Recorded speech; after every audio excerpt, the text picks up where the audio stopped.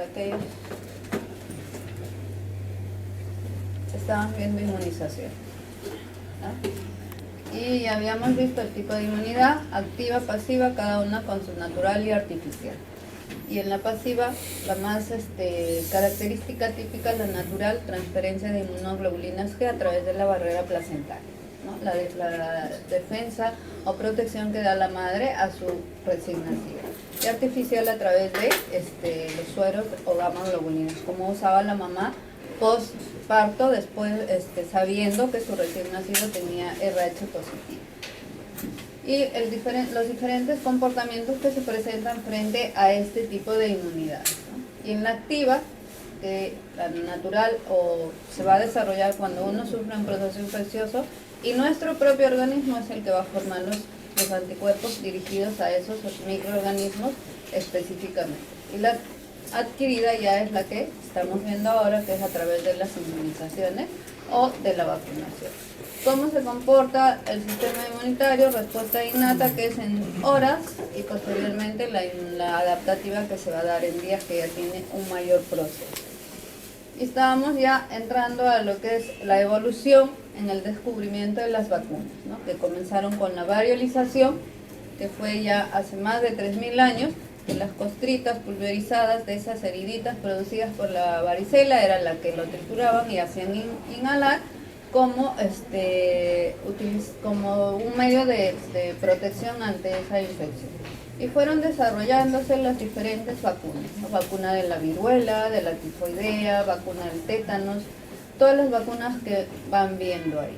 Entonces, cada vez que se iba profundizando en los estudios y según el comportamiento de cada microorganismo, es que se iban viendo, tratando de descubrir las vacunas que vayan a proteger de esas infecciones. Lo que no se logra hasta ahora es una vacuna para el VIH, ¿no? Por las características propias que tiene ese virus.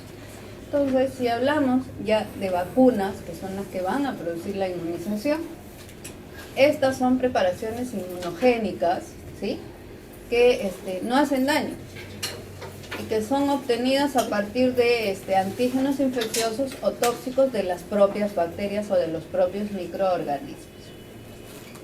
Cuando se aplican estas vacunas a individuos inmunocompetentes, crea un recuerdo. Eso es lo que trata de hacer las vacunas que nos colocan a nosotros. ¿Para qué nos ponen la vacuna? Para que formemos esos anticuerpos y se queden en la memoria de nuestro sistema inmune y por mucho tiempo nos vayan protegiendo, ¿no? Pero siempre hay un refuerzo que hay que dar cada cierto tiempo también, ¿no? Entonces, estas vacunas lo que hacen es dar protección pues contra esos antígenos, ¿no? Cualquiera de los que se quieran introducir en nuestro organismo. Al usar estas vacunas, lo que se ha logrado, por ejemplo, es prevenir mucho contra la infección por virus, ¿no? Que a buena cuenta son los más peligrosos, los más tóxicos cuando ingresan a nuestro organismo, ¿no? Entonces, sabemos que desde bebés la viruela es la vacuna que es la que nos ha protegido, que hay muchos que ya no saben qué es esa infección, ¿no? Cuando se administra un preparado, ya sean de toxoides o vacunas, es el proceso de vacunación, ¿no? Se prepara ese contenido ya puede ser partes de esa bacteria o de ese virus, o simplemente toxinas que van a formar parte de este proceso de inmunización. Y la vacuna, entonces, preparación de microorganismos que están vivos, atenuados, muertos o porciones antigénicas de esto. De repente, por ejemplo, en un virus, lo que es más antigénico, lo que causa mayor daño en nuestro organismo o despierta, estimula más rápido nuestro sistema inmune, puede ser la cápsula, por ejemplo, ¿no? Entonces, de esa parte más tóxica es donde van a producir las vacunas, ¿sí? Entonces, se hace el estudio de estos microorganismos y de esa parte más tóxica o de la que hace más daño en nuestro organismo, de esa es la que tratan de hacer las vacunas para poder prevenir. O hay otras, por ejemplo, que no son en realidad las estructuras bacterianas o virales, si no son las toxinas o las sustancias químicas que estas van a liberar. Entonces, la vacuna será contra esa sustancia que es la patógena, ¿no? Y toxoide, toxina de la bacteria que se ha modificado, que se ha vuelto atóxica, o sea, ya no es tóxica, ¿no? Pero que conserva esa capacidad de desencadenar la formación de anticuerpos, o sea, de una antitoxina. Si no se prepara la vacuna con los microorganismos vivos atenuados o muertos o porciones antigénicas de esto, se usan las toxinas, ¿no? Para formar las antitoxinas, que son las que nos van a proteger, porque el actuar de ese microorganismo es a través de esas toxinas. Ya sabemos de sobra también que es el antígeno, ¿no? Sí sabemos, ¿no? Sí. ¿Qué es el antígeno? Es todo un microorganismo capaz de producir una reacción. Algo extraño que tiene esa capacidad de desencadenar una respuesta inmune. Ese es el antígeno, ¿no? Y el anticuerpo, todas aquellas proteínas que van a formarse como respuesta a la presencia de ese antígeno y van a ser ya específicos para ese antígeno, ¿no? Y ya sabemos que los anticuerpos están representados por ¿qué? Por las inmunoglobulinas. ¿Y cuántas inmunoglobulinas tenemos? 5 inmunoglobulinas. Entonces, estas, a partir de estas también es que se pueden preparar ciertas vacunas, ¿no? Estas como proteínas plasmáticas con función de anticuerpo y cuando se preparan estas como solución estéril, entonces generalmente se van a obtener buenos resultados, porque estas mezclas con el plasma o la sangre de las personas son las que ya protegen profundamente al sistema inmunitario. Los agentes inmunizantes, o sea, no solamente están las vacunas, ¿no? Pero dentro de estas vacunas pueden estar los toxoides, pueden estar las inmunoglobulinas que se aplican intravenosamente o en forma específica, ¿no? De repente dice, uy, tiene algo acá, es una herida, un algo de frente ahí inyectado, donde se está desencadenando ese proceso infeccioso. Entonces, las vacunas, buena cuenta, la suspensión ya, o sea, esa vacuna ya preparada, es una suspensión de microorganismos vivos, atenuados, que están inactivados, fraccionados o muertos, ¿no? Entonces, ya no hay el riesgo de que si yo utilizo esa vacuna, me voy a infectar con eso que me está vacunando. Al contrario, como ya está todo atenuado y preparado, nuestro organismo lo reconocerá como extraño cuando uno se inyecta y comenzará a formar anticuerpos. Pero no es el objetivo de esas vacunas causar daño, sino simplemente desencadenar la respuesta de nuestro sistema inmune como prevención a una posible infección por ese mismo agente que contiene esta vacuna. Y el toxoide es una toxina bacteriana que ha sido modificada, que no es tóxica, sí, pero que sí tiene la capacidad de estimular la formación de esa antitoxina. Siempre va a conservar esa capacidad. Las inmunoglobulinas, solución estéril de anticuerpos, ¿sí? Que son provenientes de sangre humana. ¿En dónde tenemos las inmunoglobulinas? Circulando en nuestra sangre, y vamos a tenerlo en el plasma o en el suero, vamos a encontrar estos anticuerpos, ¿no? Entonces, estas inmunoglobulinas están indicadas para la protección en personas que son inmunodeficientes, ¿sí? Y por ejemplo, para una inmunización pasiva contra el sarampión y la hepatitis. Hay inmunoglobulinas que son intravenosas, estas para tratar de recuperar más bien el déficit de alguna de las inmunoglobulinas, sobre todo de esta inmunoglobulina G. Ustedes saben que la inmunoglobulina G cumple un papel muy, pero muy importante en las respuestas del sistema inmune, ¿no? En la respuesta humoral, que va a estar siempre presente en las respuestas primarias y secundarias. En las respuestas secundarias, ¿no? Qué rápido nos olvidamos. Y las inmunoglobulinas específicas, que son preparadas de donadores con alto contenido de anticuerpos contra una enfermedad específica, ¿no? Es lo que se viene utilizando ahora cuando se hace o se trata de preparar, se están descubriendo las vacunas, ¿no? Poder utilizar de los mismos donantes, de los mismos donadores, y extraer la mayor cantidad posible del tipo de anticuerpo que tenemos que ser. Doctora, disculpe, ¿puede ser cualquier inmunoglobulina cuando dice específica? Cualquier inmunoglobulina, supongamos que yo tengo o esa persona tiene un problema a nivel de mucosas, ¿no? Es porque la inmunoglobulina A está en déficit. Entonces lo que se tratará de reponer es esa inmunoglobulina, ¿no? Los tipos de vacunas. Hay vacunas que están dirigidas a virus o bacterias, o son producidas por virus o bacterias atenuadas, ¿sí? Dentro de esas, por ejemplo, está la antipoliomielítica, ¿no? Que se conoce como Sabin para la poliomielitis, la BCG para la tuberculosis, ¿sí? Estas van a estar producidas o fabricadas por parte del virus o de la bacteria correspondiente, ¿sí? Virus o bacterias inactivadas, que se usan también por vía parenteral es una vacuna antipoliomielítica. Hay diferentes, se pueden usar las primeras, que son virus o bacterias atenuadas, o virus o bacterias que ya están inactivadas.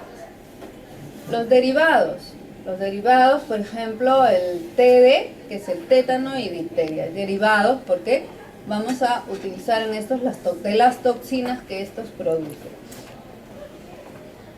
Mixtas, hay vacunas mixtas, la DPT, por ejemplo, difteria, tosferina y tétano, ¿no? Y las recombinantes, que son la hepatitis B y la influenza.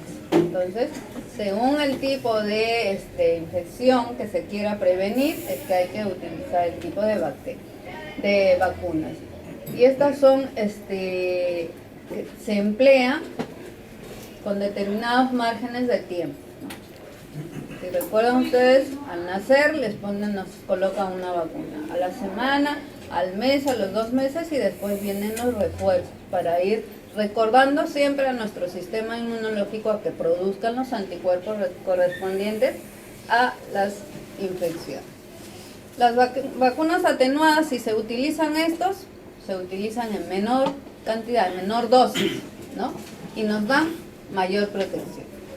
Y estas se obtienen a partir de microorganismos que han perdido ya su virulencia, pero que conservan su capacidad antigénica. Estas partículas virales, de repente bacterianas, son tratadas de tal manera que hacen que sobre ese tratamiento pierdan esa virulencia, que no sean tan infecciosas como de repente comparada con una bacteria que no es tratada. Entonces pierden esa capacidad, esa virulencia, pero conservan esa capacidad de antigenicidad. Si se colocan, entonces de todas maneras van a desencadenar esa respuesta inmune y la formación de anticuerpos. Las vacunas recombinantes. Estas vacunas no contienen virus ni bacterias, ¿sí? No contienen eso. Pero se van a elaborar de la clonación de genes, ¿no? Se buscan genes que codifiquen ciertas proteínas antigénicas específicas en una célula huésped. Entonces, ya no se usa directamente componentes virales o bacterianos, sino más bien se va fabricando ciertos componentes antigénicos, ¿no? Proteínas que se asemejen a esa estructura del virus o la bacteria y que vayan ya dirigidas específicamente a ese virus o a esa bacteria para la cual estamos fabricando este tipo de componentes, ¿no? Por eso se dice que no contienen estas vacunas ninguna parte del virus ni de las bacterias, ni siquiera sus toxinas o componentes que puedan causar daño en nuestro organismo. Más bien se va fabricando ciertos componentes que sean semejantes a través de la codificación de los genes, ¿no? Y las vacunas en el niño. La BCG, prevenir ¿qué cosa? La tuberculosis. La dosis es una dosis. La vía de administración es intradérmica, ya sabemos que nos ponen en el deltoide, ¿no? Se coloca en el recién nacido. Perdón. No se puede vacunar a prematuros y los efectos secundarios que puede producir es la BCGitis, ¿no? Una inflamación por la presencia de esa BCG. Sabin para la poliomielitis son 2 gotas, es oral, recién nacidos, ¿no? Es la edad para colocar de 2 a 4 y 6 meses. Contraindicación ninguna y tampoco presenta efectos secundarios. Y así ustedes ven que cada vacuna va dirigida específicamente para algo, según la edad del paciente o de la persona, y posteriormente tienen que haber refuerzos, ¿no? Por ejemplo, ahí dice en pentavalente, por ejemplo, difteria, tos, tetania, ¿no? Nos ponen a los 2, a los 4 meses y a los 6 meses de edad. ¿Con qué finalidad? De ir reforzando y recordando a nuestro sistema inmune que continúe formando esos anticuerpos contra ya sea la difteria, la tosferina, el tétanos, ¿no? Para lo cual es el contenido de esa vacuna. Entonces hay otras que con una sola dosis es suficiente para que pueda desencadenar la formación de anticuerpos contra eso que nos están vacunando, como es la BCG, por ejemplo. Y la vía, bueno, cada vacuna tiene su vía de aplicación.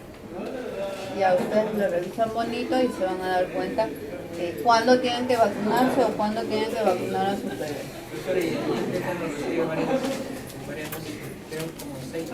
¿Ah? ¿Dónde el tétano? Y la pentavalente con la dita. Tienen que recibir refuerzos. 5, 6 refuerzos. Tienen que recibir refuerzos. Entonces, si ya recibiste una vez de esa difteria, entonces cada 2, 4, 6 meses tienes que hacerlo. Si ya comenzaste con la otra, tienes que hacer tu refuerzo, ¿no? Porque de repente esa intensidad de la formación de anticuerpos va decreciendo, que si por ahí te contagias con algo, por ejemplo en el caso de la difteria o la tosferina, y no te reforzaste en el tiempo adecuado, entonces probablemente vayas a hacer esa enfermedad, ¿no? Porque tu carga de anticuerpos ya no es suficiente para contrarrestar aquello que te está infectando en ese momento. ¿Y la hexavalente? ¿Ah? Hexavalente también. ¿La qué? Hexavalente. La hexavalente. O sea, todas las... ¿Qué? La que nos queda la marca, digo.